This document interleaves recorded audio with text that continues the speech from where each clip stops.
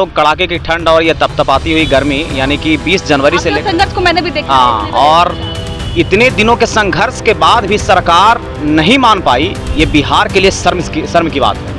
और जब माननीय शिक्षा मंत्री जी 3 बार आश्वासन ऑन मीडिया अपने मुख से बोल करके कि हमने बीपीएससी को लिखित नोटिस दे दिया है, और क्या लिखित दिया है, या पॉजिटिव दिया है या नेगेटिव दिया है, इस पर कुछ भी वो खुल करके नहीं बोल रहे हैं। और इस बात का जब हम लोगों ने प्रूफ मांगा कि क्या दिए हैं, तो उन्होंने सीधे बोला कि आप लोग एसीएस से मिल लीजिए, उनके पास ये बात कह दी गई है।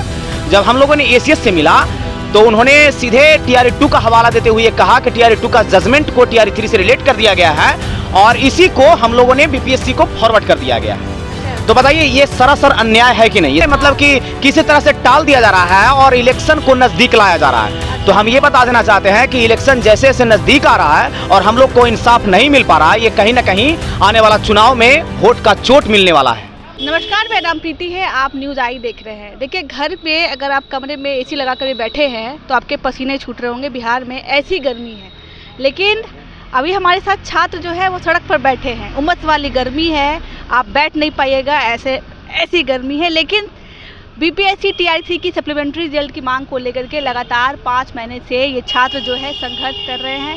संघर्ष ऐसा है कि लाठी डंडे भी कई बार खा चुके हैं, लेकिन मांग अभी तक पूरी नहीं हुई है। छात्र से ही बात करेंगे कि इतने महीने से बैठे हुए हैं, ठंडी से लेकर के गर्मी तक आप लोगों ने देख लिया, ठीक है, कड़ाके की ठंड, और अभी उमस वाली गर्मी भी देख रहे हैं। मांग क्यों नहीं पूरी हो रही? देखिए, हम लोग कड़ाके की ठंड और ये तपतपाती हुई गर्मी यानी कि 20 जनवरी से लेकर संघर्ष को मैंने भी देखा हाँ, और इतने दिनों के संघर्ष के बाद भी सरकार नहीं मान पाई, ये बिहार के लिए शर्म की बात है। और जब माननीय शिक्षा मंत्री जी 3 बार आश्वासन ऑन मीडिया अपने मुख से बोल करके कि हमने बीपीएससी को लिखित नोटिस दे दिया है, और क्या लिखित दिया है, या पॉजिटिव दिया है या नेगेटिव दिया है, इस पर कुछ भी वो खुल करके नहीं बोल रहे हैं। और इस बात का जब हम लोगों ने प्रूफ मांगा कि क्या दिए हैं, तो उन्होंने सीधे बोला कि आप लोग एसीएस से मिल लीजिए, उनके पास ये बात कह दी गई है।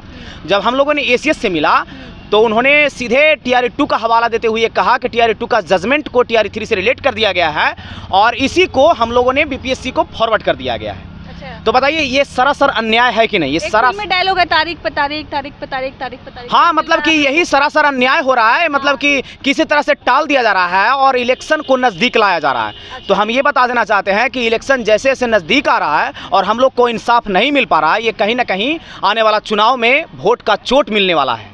यानी कि आप ये कहना रहे हैं कि इस चुनाव के इसको टरकाया जा रहा है कि जैसे जैसे चुनाव नजदीक आएगा तब तक मामला जो है कहीं ना कहीं बढ़ता जाए। हाँ, क्या कि देखिए, हम लोग कोई भी सरकार को चुनते हैं, कोई भी सत्ताधारी के लोग जो अभी बैठे हुए हैं कुर्सी पे, वो कैसे बैठे हुए हैं? कोई ना कोई उनको वोट दे करके ना, जैसे हम नालंदा जिला से हैं, कोई और सीतामढ़ी से हैं, कोई और मुंगेर से हैं, तो वहाँ से वो वोट दे करके उनको उस सीट पर बैठाए हैं, तभी तो वहाँ पर बैठे हुए हैं। तो उसी प्रकार से अगला इलेक्शन में जब हम लोग वोट नहीं दे पाएंगे, नहीं देंगे, हम लोग का इच्छा नहीं है। काहे कि हम लोग सरकार को इसीलिए चुनते हैं ताकि हम लोगों को न्याय मिले। जिस प्रकार का आपने सिस्टम निकाला है कि TRE, सबसे पहले देखिए ऐसे अभ्यर्थी हमारे साथ हैं कि जो 7वां चरण का जो वैकेंसी निकला था उसमें स्टेट लिया गया था। स्टेट में सर्टिफिकेट पर, यानी कि स्टेट के सर्टिफिकेट पर माने कि ज्वाइनिंग देने वाले थे लोग कि स्टेट और ग्रेजुएशन का मार्क्स है इस प्रकार का। उसके बाद उसमें एक कुछ अथी किया गया, और उसके बाद उसमें कहा गया 60-40 का रेशियो दिया गया, यानी कि 60% स्टेट का लिया जाएगा मार्क्स और 40% आपका ग्रेजुएशन वाला और जो इंटर वाला ये सब मार्क्स लिया जाएगा। आपने कहा कि शिक्षा मंत्री जी ने 3 बार आपसे बात की है, पर खुल कर बात नहीं की, तो आखिर बात हुई क्या? देखिए, खुल करके बात नहीं हुई है, और खुल करके बात हुई थी ना, खुल करके 25 अप्रैल को ही माननीय अपर मुख्य सचिव जो ये सिद्धार्थ सर हैं, उन्होंने ये बात बोला था कि आपका जो TRE-2 का जजमेंट है TRE-3 से रिलेट कर दिया गया है, और इसी के अनुसार आपका सप्लीमेंट्री नहीं दिया जाएगा। और उस दिन जो आप देखें कि 6 मई को जो हम लोगों TRE-3 के अभ्यर्थियों के साथ जो हिंसात्मक कार्रवाई किया गया CM आवास के पास, ये बहुत ही शर्मिंदगी वाली बात है। ये नहीं होना चाहिए बिहार के बच्चों के साथ जो हुआ। ये नया थोड़ी ना कुछ हुआ है। क्या? ये नया तो नहीं हुआ। नया नहीं हुआ है, लेकिन बहुत गलत हुआ है। ये नया नहीं हुआ है, नहीं हुआ है, गलत हुआ है, लेकिन पहली बार तो नहीं। पहली बार देखिए, लाठी चार्ज हम लोग TRE-3 के अभ्यर्थियों के साथ ये लगभग 2 बार हो गया है, समझ गए? एक बार, हाँ, 2 लाठी चार्ज तो 2 बार हो गया है, लेकिन ये नया नहीं हुआ है। लेकिन ये कहीं न्याय बात बताइए क्यों होता है? देखिए, क्यों होता है ना, बस सरकार जो है ये किसी तरह से हम लोगों को बरगला करके झाँपना चाहती है। आप देखिए, अब आज चिराग पासवान जी से हम लोग मिले हैं, हम उनसे आज हम मिले हैं, उनसे बात करके ऐसा लगा कि वो भी दिग्गज नेता हैं और युवाओं के लिए वो कहीं ना कहीं कर गुजरने का वो क्षमता रखते हैं। और जैसा कि आप लोगों को पता है कि वो केंद्र में भी अपना माने कि रखते हैं, अपना उनका मजबूती के केंद्र में भी है। तो उन्होंने ये बात को समर्थन दिखाया है कि आप लोग का सप्लीमेंट्री का मांग जो है जेन्युइन है, हम इस पर जो भी हमसे संभव होगा इस पर काम करेंगे। और इसी प्रकार से उन्होंने बोला है कि इतने दिनों का संघर्ष आप लोग का विफल नहीं होगा, ये आप लोग को सफलता मिलेगा। आश्वासन दिए हैं और आश्वासन ठोस दिए हैं। उन्होंने ये बात बोला है, हम इतना बताए थे 5 मिनट तक चिराग पासवान जी खुद बोले हैं, 5 मिनट तक। हाँ, उसके बाद उनके ही रिलेटिव एक सांसद हैं जो अरुण भारती हैं, उन्होंने फिर बोला कि, और चिराग पासवान जी वहीं पर थे, उन्होंने बोला कि आप एक काम कीजिए, आप जितने भी जेन्युइन कैंडिडेट हैं उनका डाटा निकालिए। हमारे पास हालांकि डाटा है, डाटा हमारे पास कुछ दिन गूगल फॉर्म के भरवाए थे, उस प्रकार से हमारे पास हज़ारों की संख्या में जेन्युइन कैंडिडेट का डाटा है, वो हम अवेलेबल करा करके उनको फॉरवर्ड करेंगे। उसके बाद बोलेंगे कि सरकार से हम हर संभव प्रयास करेंगे कि आपको न्याय मिले, और हमको उम्मीद है कि उनसे न्याय की उम्मीद हमको जगी है और न्याय मिलेगा। पहले आप लोग नेता प्रतिपक्ष तेजस्वी यादव से भी मिले, देखिए उन्होंने भी आपको आश्वासन नेता प्रतिपक्ष तेजस्वी यादव से हम लोगों ने मिला था। उन्होंने आश्वासन दिया था कि विधानसभा में हम आपका आवाज़ उठाएंगे, और विधानसभा में वो आवाज़ उठाने वाले थे। लेकिन विधानसभा का जिस दिन शिक्षा सत्र का चल रहा था सेशन, उस दिन विधानसभा किसी कारणवश भंग हो गई, और उस दिन लास्ट था, उस दिन शायद उसके अगले दिन लास्ट था, माने कि लास्ट था उस दिन बैठक का। तो देखिए विधानसभा में अगर ये तेजस्वी यादव अगर उठा देते बात, तो कहीं ना कहीं बात कुछ और निकल करके आती, लेकिन नहीं उठाए। जहाँ तक भी उन्होंने प्रयास किया, चलिए ठीक है, नहीं किए वो भी हम लोगों के ठीक है, जितना हम लोग प्रयास करते हैं वही ना। ये लिखा हुआ है कि सप्लीमेंट्री दो या फांसी, सप्लीमेंट्री दो या फांसी दो, सप्लीमेंट्री नहीं तो वोट नहीं। सप्लीमेंट्री का वोट नहीं देने के एकदम नहीं, हम लोग हमेशा से बोलते आए हैं कि हम लोग इलेक्शन तक सरकार को छोड़ने वाले नहीं हैं। अगर सप्लीमेंट्री के लिए सरकार कुछ निर्णय नहीं निकालती है तो हम लोग इलेक्शन तक छोड़ने वाले नहीं हैं, और हर हाल में सप्लीमेंट्री रिजल्ट सरकार को देना पड़ेगा। ये हम लोगों को न्यायपूर्ण तभी होगा जब से सप्लीमेंट्री, हम इतना भी बता देते हैं कि अगर सप्लीमेंट्री रिजल्ट सरकार देती है तो हम लोग आगे नहीं देती है तो हम लोग सीधे विरोध करेंगे, हम लोग वोट नहीं देंगे। और हम क्या, ये जितने भी अभ्यर्थी हमारे साथ, एक अभ्यर्थी कितने अभ्यर्थी, देखिए हमारे साथ लगभग 40,000 से 50,000 के बीच अभ्यर्थी हैं। और सुनिए, एक अभ्यर्थी का जब जॉब लगता है, और ये बात बता देते हैं कि इतने संघर्ष करके हम लोग यहाँ पे बैठे हुए हैं, और इसमें बहुत सारे किसान के अभ्यर्थी हैं, किसान परिवार से आते हैं, ऐसे अभ्यर्थी हैं। तो वो लोग 2 लाख देकर बीएड किए, इतना संघर्ष करके इतना दिन पढ़े, तो अपना 3 साल 4 साल टाइम बिताए, इतना संघर्ष करके वो पढ़ सकते हैं। इनके पीछे और भी बैकग्राउंड में माता पिता और भी रिलेटिव लोग हैं, तो यानी कि इनके पीछे ही 50 लोग हैं, यानी कि एक कैंडिडेट के पीछे 50 वोट। हम अगर वोट बैंक से ही सरकार मानती है तो हम इसलिए बात कर रहे हैं, अगर वोट बैंक से 40-50 हज़ार अभ्यर्थी तो नहीं देंगे, उनके फैमिली भी वोट नहीं देंगे। हाँ, तो हम यही बोलना चाह रहे हैं कि लाखों की संख्या में वोट का बड़ा नुकसान होने वाला है। तो हम यही चाहते हैं कि आपके लिए छोटा बात है, आपके लिए सच में छोटा बात है कि सप्लीमेंट्री दे दीजिएगा, आपका बहवा हो जाएगा। कितना दिन से छात्र मांग रहा था, आप लोगों ने न्याय दे दिया, आपका नाम होगा, समझ गए कि छात्रों का ये बात सुना गया। लेकिन अगर नहीं दीजिएगा तो आपका कहीं ना कहीं नाम खराब होगा, और प्लस आपको भारी नुकसान आपको तो सहना पड़ेगा ही। कहाँ से आए हैं आप? हम जहानाबाद से हैं। जहानाबाद से आए हैं। अच्छा, ये नहीं लग रहा है कि एक तो आप लोग मांग कर रहे हैं 5 महीने से, अभी आप दूसरा कुछ काम भी नहीं कर सकते, दूसरा कुछ रोजगार है आपको, व्यापार करते? नहीं, रोजगार क्या रहे, टोटली डिपेंड है इस पे, इसी पर डिपेंड है ना। फिर भी सरकार बात नहीं सुन रही है आप लोगों की। ना, बात तो नहीं सुन रही है, लेकिन सुनना तो पड़ेगा। कितने साल से तैयारी कर रहे थे? बहुत साल से। बीएड पहले किए होंगे? पहले तो मैट्रिक का एग्जाम दिए, वो तो चलिए ठीक है, वो इंटर दिए, ग्रेजुएशन दिए, बीएड किए।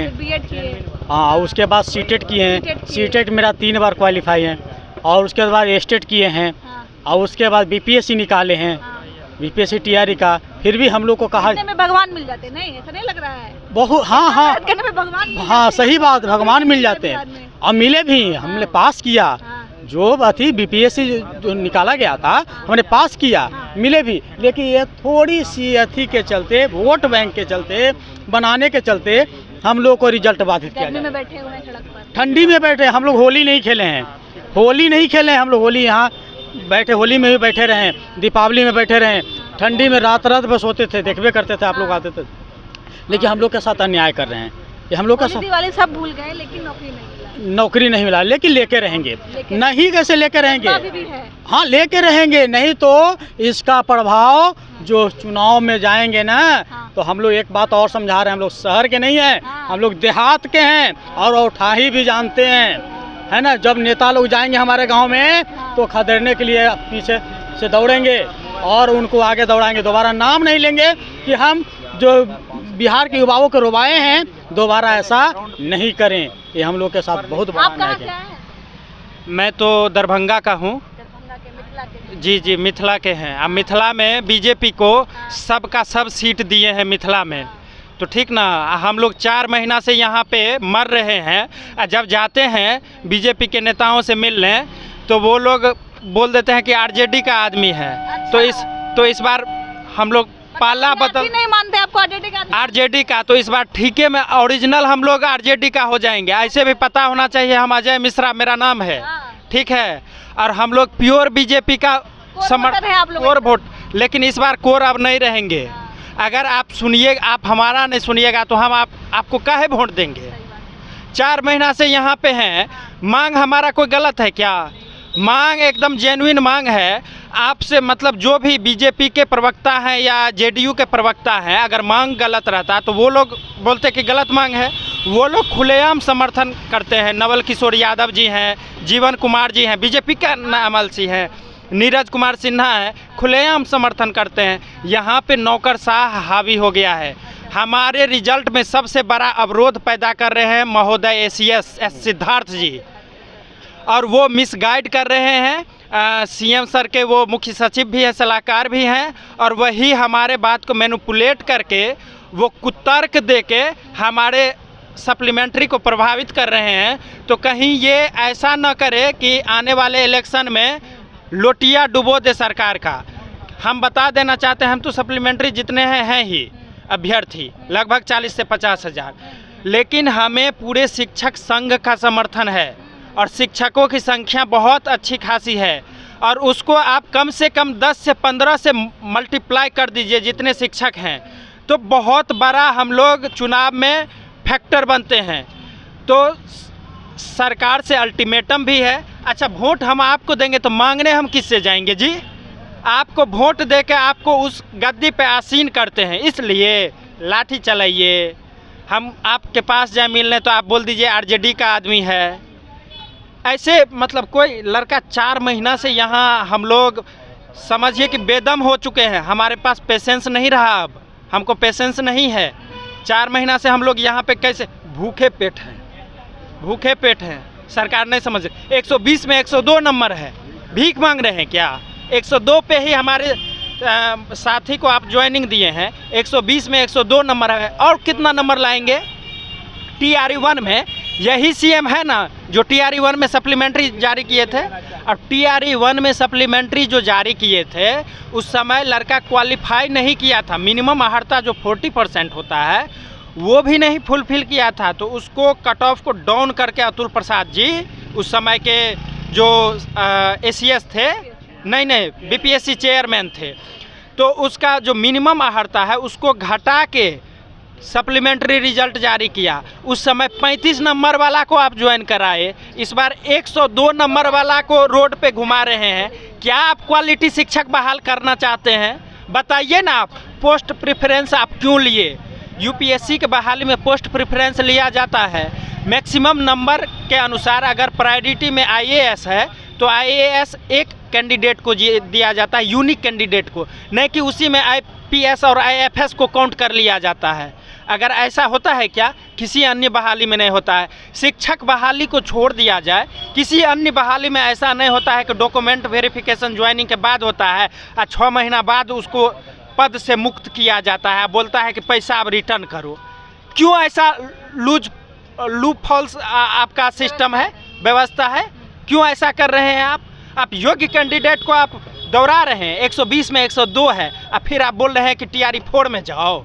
TRE 4 में जाओ तो आप सत्ता पे काबिज रहने के लायक नहीं है। और ये जो आपका मोनोपोली, ये जो है ना, ये जो माइंड में आपको भर गया है कि बाईपोल जो हुआ इलेक्शन उसमें 4 का 4 सीट मिल गया, तो आप सोच रहे हैं हम कुछ करें, नंगा नाच करें और हम ही जीतेंगे, हम ही सरकार में रहेंगे। ऐसा नहीं होगा। हम लोग भी अब सतर्क हो गए हैं। हमेशा वोट देते आए हैं आपको, लेकिन इस बार नहीं देंगे। हम अपना विरोध जताएंगे आने वाले समय पे ये कहना है बीपीएससी टीआरई के सप्लीमेंट्री रिजल्ट जो छात्र मांग कर रहे हैं उनका।